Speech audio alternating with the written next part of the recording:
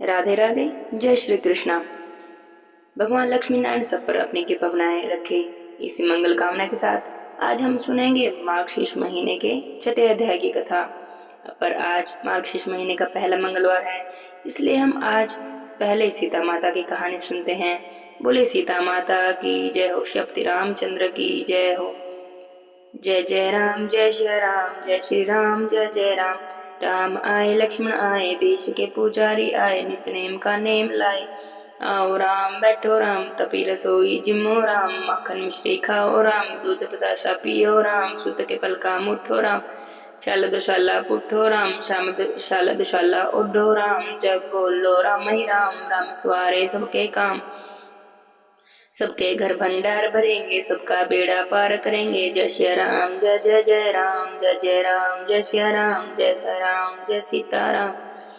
सीता माता कहानी कहती और श्री राम जी सुना करते। एक दिन श्री राम जी को किसी काम से बाहर जाना पड़ गया तो सीता माता कहने लगी, भगवान मेरा तो 12 वर्ष का नित्य नेम का नियम है, अब आप बाहर जाएंगे तो मैं अपनी कहानी किसे सुनाऊंगी। तब श्री राम ने कहा, तुम कुएं के पाल पर जाकर बैठ जाना, वहां जो औरतें पानी भरने आएंगी उन्हें तुम अपनी कहानी सुना देना। सीता माता कुएं के पाल पर जाकर बैठ गई। एक स्त्री आई, उसने रेशम जरी की साड़ी पहन रखी थी, सोने का घड़ा ले रखा था। सीता माता ने उसे देखा तो कहा, बहन मेरा 12 वर्ष का नित्य नियम है, तुम मेरी कहानी सुन ले। तो वह कहने लगी कि मैं तुम्हारा नित्य नेम की कहानी सुनूंगी तो मुझे तो घर जाने में देरी हो जाएगी और मुझसे मेरी सासू लड़ेगी। उसने कहानी नहीं सुनी और अपने घर को चली गई। घर जाते जाते उसकी रेशम जरी की साड़ी फट गई, सोने का घड़ा मिट्टी का घड़ा हो गया। जब घर गई तो सास ने देखा और पूछा, अरे बहू ये किसका दोष अपने साथ ले आई है। तो बहू कहने लगी, माँ जी कुएं पर एक औरत बैठी थी, कह रही थी मेरी कहानी सुन ले, मैंने कहानी नहीं सुनी तो उसका यह फल हो गया। बहू की बातें सुनकर अगले दिन सास वही साड़ी पहन कर आई और वही घड़ा लेकर कुएं के पाल पर बैठ गई। सास को सीता माता बैठी पाई तो सीता माता कहने लगी, बहन अगर तुम्हारे पास समय हो तो मेरी कहानी सुन लो। सास कहने लगी, बहन कहानी एक बार छोड़ 4 बार सुनूंगी। तब सीता माता कहानी सुनाने लगी। राम आए, लक्ष्मण आए, देश के पुजारी आए, नित नेम का नेम लाए। आओ राम, बैठो राम, तपी रसोई जिमो राम, मक्खन मिश्री खाओ राम, दूध बताशा पियो राम, राम सुत के पल का मुठो राम, शाल दुशाला पुठो राम, शाल दुशाला ओढ़ो राम, जब बोलू राम ही राम, राम सवारे सबके काम, खाली घर भंडार भरेंगे, सबका बेड़ा पार करेंगे। राम राम, जय श्री राम, जय श्री राम, जय श्री राम। जब कहानी पूरी हुई तो सास कहने लगी, बहन कहानी तो बड़ी अच्छी है। कहानी सुनकर सास अपने घर गई तो उसकी सारी फिर से रेशम जूली की सारी हो गई, मिट्टी का घड़ा फिर से सोने का घड़ा हो गया।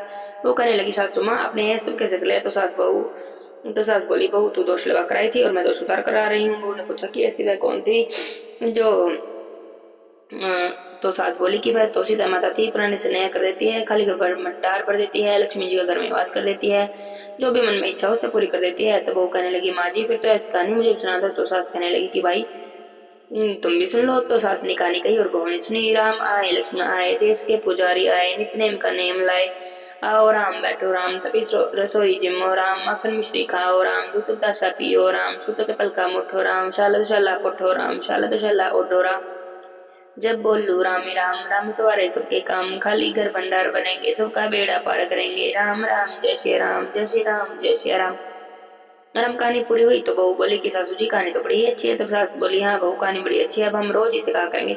अब सास बहू दोनों सुबह उठती, नहाती धोती, पूजा पाठ करने के बाद नित्य नेम की सीता माता की कहानी कहती। एक दिन की बात है, पड़ोस से एक औरत आई और कहने लगी, बहन जरा सी आँच दे दो। तो बोले, कभी हमने आँच नहीं जलाई। तब पड़ोसन कहने लगी, तुम तो सुबह 4 बजे से उठी हो, फिर क्या कर रही हो। तो उन्होंने कहा कि सुबह उठकर हम तो नहाते धोते हैं, पूजा करते हैं, फिर सीता माता की नित्य नेम की कहानी कहते हैं। पड़ोसन ने उनकी बातें सुनकर कहा कि सीता माता की नित्य नेम की कहानी कहने से क्या होता है। तो वे बोली, किस कहानी को कहने से तो घर में अंदर के भंडार भर जाते हैं, सारे काम सिद्ध हो जाते हैं, मन में कोई भी इच्छा तो पूरी हो जाती है। तब पड़ोसन कहने लगी कि बहन ऐसी कहानी तो तुम मुझे भी सुना दो।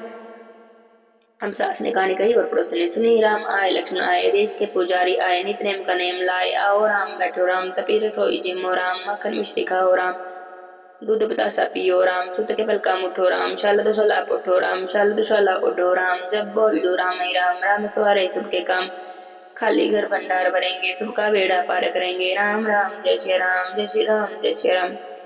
कहानी सुनने के बाद पड़ोसन कहने लगी कि बहन कहानी तो तुमने बड़ी अच्छी कही। अब पड़ोसन भी नित्य नेम से सीता माता की कहानी कहने लगी। सीता माता ने उसके भी घर भंडारे भर दिए, उसकी सारी इच्छाएं पूरी हो गई।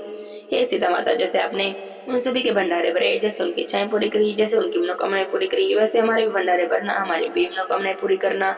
कहानी कहने वाले, सुनने वाले, हुंकारा भरने वाले सब पर अपनी दया बनाए रखना। बोली सीता माता की जय हो, श्री रामचंद्र की जय हो। अब सुनते हैं मार्गशीर्ष महीने के अध्याय की कथा। इससे पिछले अध्याय में हमने सुना था कि देवी पार्वती भगवान शिव से श्री राधा जी की कथा कहने का अनुरोध करती है। भगवान शिव माता पार्वती से श्री राधा जी की कथा कहते हैं। भगवान शिव कहते हैं, एक समय राशेश्वरी श्री राधा जी श्याम सुंदर श्री कृष्ण जी से मिलने को उत्सुक हुई। उस समय वे रतन सिंहासन पर अमूल्य रत्न वर्णों से भूषित होकर बैठी थी। अग्नि शुद्ध दिव्य वस्त्र उनके श्री अंगों की शोभा बढ़ा रहे थे। उनके मनोहर अंग कांति करोड़ों चंद्रमाओं को भी लज्जित कर रही थी। उन प्रभा तपाए हुए स्वर्ण के समान जान पड़ती थी। वे अपनी दीप्ति से चमक रही थी। शुद्ध स्वरूपा श्री राधा जी के अधर पर मंद मुस्कान थी। उनकी दंत पंक्ति बड़ी सुंदर थी। श्री राधा जी का मुखारविंद शरद काल की कमल की शोभा को भी तिरस्कृत कर रहा था।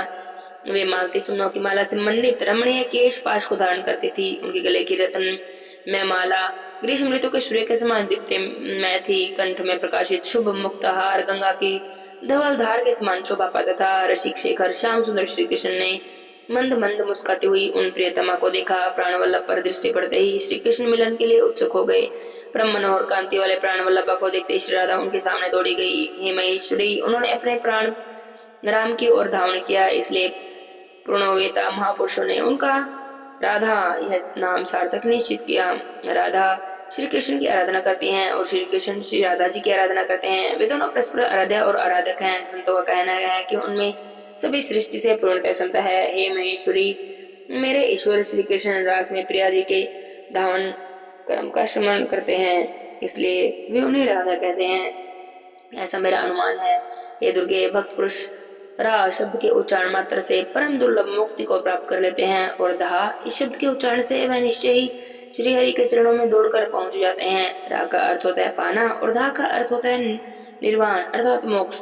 भक्त जन उनसे निर्वाण पाते हैं, इसलिए उन्हें श्री राधा कहा जाता है। श्री राधा के रोमकूप से गोपियों का समुदाय प्रकट हुआ और श्री कृष्ण के रोमकूप से संपूर्ण गोपा का प्रादुर्भाव हुआ। श्री राधा के वामांश भाग से माँ लक्ष्मी का प्रकाट्य हुआ है। वहीं शशि की अधिष्ठात्री देवी और ग्रह लक्ष्मी के रूप में आविर्भाव हुई हैं। हे देवी, महालक्ष्मी चतुर्भुज भगवान श्री विष्णु की पत्नी हैं और वैकुंठ धाम में वास करती हैं। राजा को संपत्ति देने वाली राजलक्ष्मी भी उन्हें श्री अंशभूत हैं। राजलक्ष्मी की अंशभूत मूल्य श्री लक्ष्मी जी हैं, जो गृहस्थों के घर घर में निवास करती हैं। वे शशि की अधिष्ठात्री देवी हैं और वे ही ग्रह देवी हैं। स्वयं श्री राधा श्री कृष्ण जी की प्रियतमा है और श्री कृष्ण जी के वक्षस्थल में वास करती हैं। वे उन परमात्मा श्री कृष्ण जी के प्राणों की देवी हैं।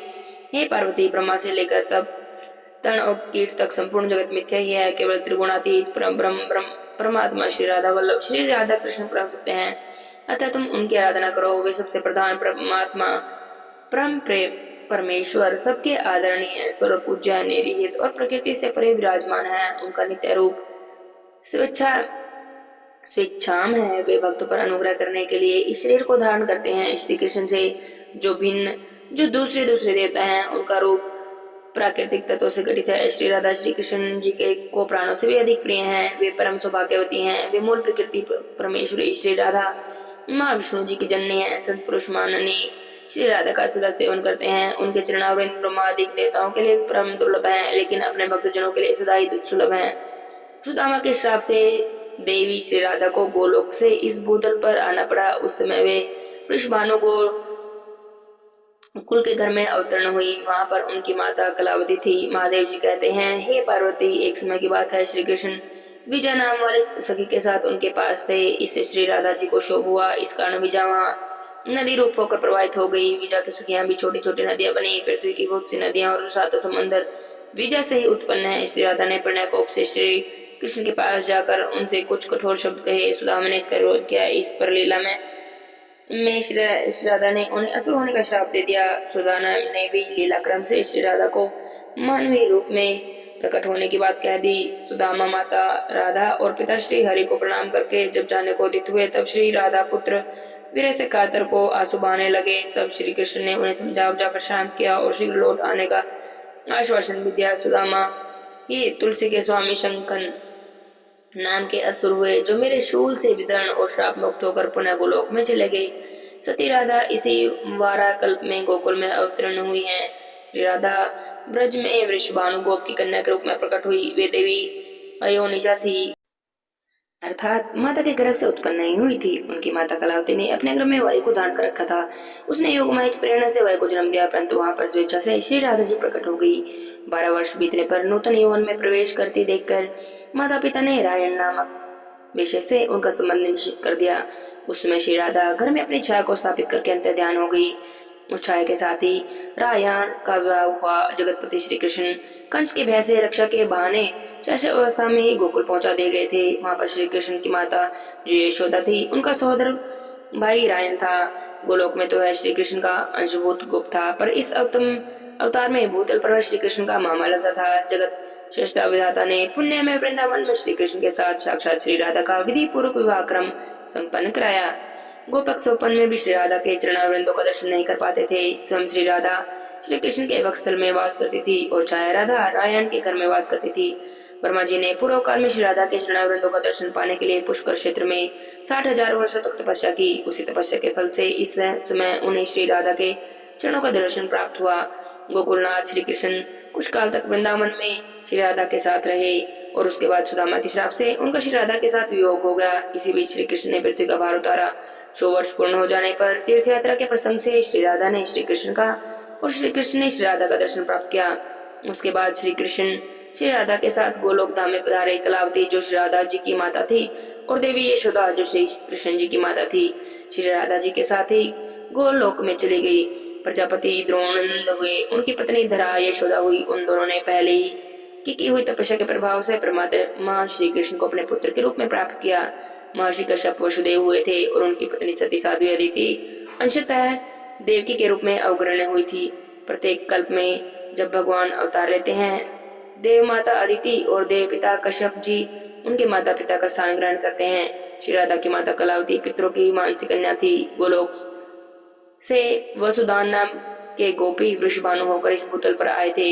हे दुर्गे, इस प्रकार मैंने श्री राधा का उत्तम उपाख्यान तुम्हें सुनाया है। यह कथा संपत्ति प्रदान करने वाली है, पापहारी और पुत्र और पौत्रों की वृद्धि करने वाली है। श्री कृष्ण 2 रूपों में प्रकट हुए हैं, द्विभुज और चतुर्भुज।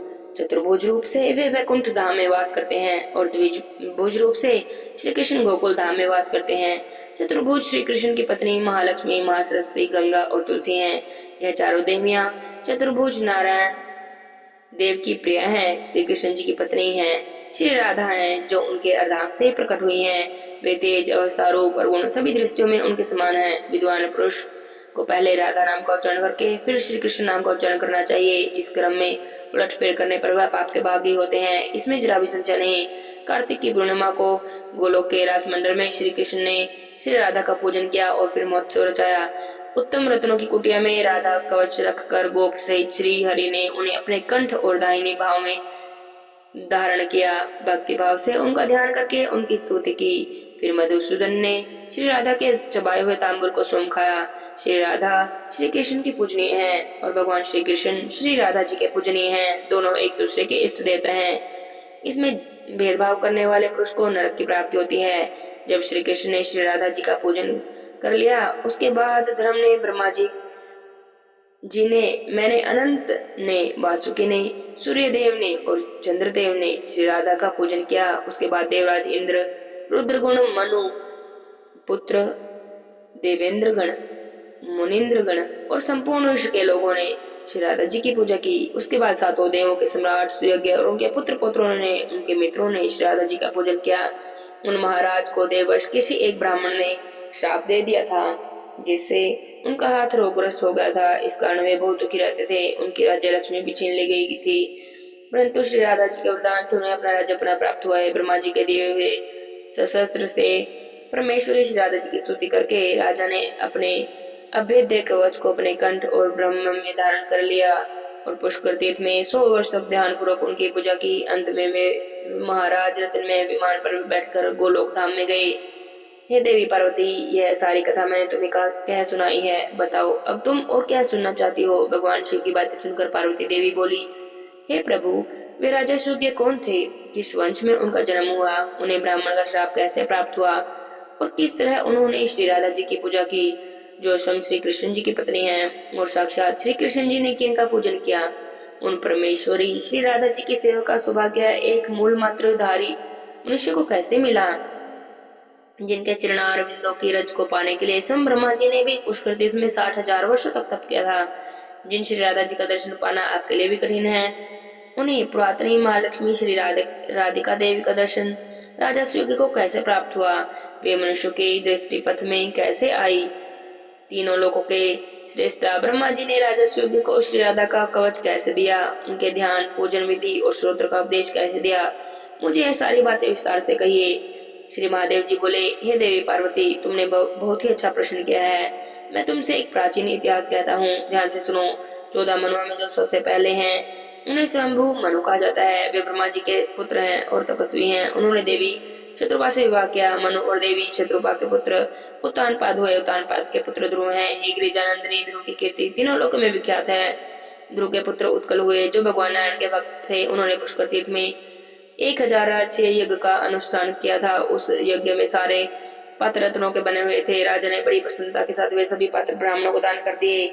यज्ञांत महोत्सव में राजा ने बहुमूल्य वस्त्रों की शस्त्रों राशियां जो तेज पुंज से उद्भाषित होती थी ब्राह्मणों को बांट दी। हे प्रिय, उस सुंदर यज्ञ को देखकर ब्रह्मा जी ने देव सभा में राजा उत्कल का नाम सुयोग्य रख दिया। राजा सुयोग्य अब अन्न रतन और सब प्रकार की संपत्तियों के दाता थे। वे प्रतिदिन प्रसन्नता पूर्वक उच्च दक्षिणा के साथ ब्राह्मणों को 101 लाख गायें दान में देते थे। उन गायों के सींग रत्नमय होते थे और दुग्ध पात्र आदि सामग्री में भी रत्न होती थी। वे प्रतिदिन 6 करोड़ ब्राह्मणों को भोजन कराया करते थे। उन्हें प्रतिदिन चूसने, चबाने, चाटने और पीने योग्य भोजन सामग्री देकर तृप्त करते थे। नित्य प्रतिदिन 1 लाख रसोइयों को भी भोजन दिया करते थे। पुआ, रोटी, चावल आदि अन्न, दाल और व्यंजन दही के साथ परोसे जाते थे। उस समय सामग्री में मांस का अभाव होता था, अर्थात वह भोजन पूरी तरह से सात्विक होता था। ब्राह्मण लोग भोजन के समय तृप्त होकर केवल राजा सुयोग्य की ही नहीं बल्कि उनके पितरों की भी स्तुति किया करते थे। हे देवी, यज्ञ के दिनों में और उनकी समाप्ति के दिन कुल मिलाकर 36 लाख करोड़ ब्राह्मणों ने अत्यंत तृप्ति पूर्वक श्रवण का भोजन किया। उन्होंने दक्षिणा में इतने रत्न ग्रहण किए कि उनको अपने घर तक ले जाना असंभव हो गया था। कुछ को तो उन्होंने रास्ते में ही बांट दिया, कुछ को रास्ते में ही छोड़ दिया। ब्राह्मण भोजन के अंत में राजा ने ब्राह्मण पितरों को भी भोजन कराया और उसके बाद भी अन्न की सहस्त्रों राशियां वहां पर शेष रह गई। इस प्रकार यज्ञ करके महाबाहु राजा सुयोग्य अपने राजसभा में रमणीय रत्न सिंहासन पर बैठे थे। वह सिंहासन रत्न सार से निर्मित अनेक क्षेत्रों से सुशोभित था। उसे बहुत अच्छी तरह से सजाया गया था। उस पर चंदन आदि सुगंधित वस्तुओं का लेप था। चंदन पल्लवों से उसकी रम्यता और भी बढ़ गई थी। वहां पर वसु, वासव, चंद्रमा, इंद्र, आदित्य गण, मुनिवर, नारद और बड़े बड़े देवता भी विराजमान थे। उसी समय वहां पर एक ब्राह्मण आया जो बड़े रूखे और मलिन से वस्त्र पहने हुए था। उसने कंठ, होठ और तालु सूखे थे। उसने मुस्कुराते हुए हाथ जोड़कर रत्न सिंहासन पर बैठे हुए राजा को आशीर्वाद दिया। राजा ने ब्राह्मण को प्रणाम किया तो पर वे अपने स्थान से नहीं उठे। उस सभा के सभासद भी ब्राह्मण को देखकर खड़े नहीं हुए, बस वे सभी थोड़ा थोड़ा हंसते रहे। तब वे ब्राह्मण, मुनि और देवताओं को नमस्कार करके निरंकुश भाव से वहीं पर खड़े हो गए। उन्होंने बड़ी क्रोधपूर्ण दृष्टि से राजा को देखा और क्रोधित होकर राजा को श्राप दे दिया। ब्राह्मण ने राजा से क्या कहा, यह हम अगले अध्याय में सुनेंगे। आज की कथा को यहीं पर विराम करते हैं। बोले विष्णु भगवान की जय हो। जय जय श्री राधेश्याम।